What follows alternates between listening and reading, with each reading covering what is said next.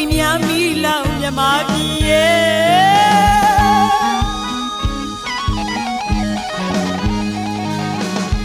တွေ့မိတိုင်းအသေးများကြည့်ွယ်ဒီလောက်နဲ့သာကျင်နေပြီးပါငါတို့ဘဝတွေအာနာပါတရားတန်ချက်များနေအနာမချက်သေးတဲ့ငါတို့တိုင်းပြည်မှာတေးသူလဲတေးရှင်သူလဲအပူဝေးများနဲ့ခရီးဆက်လို့နေစာနာပါတောင်းပန်ပါတယ်ထပ်ပြီးဒုက္ခမကြုံတွေ့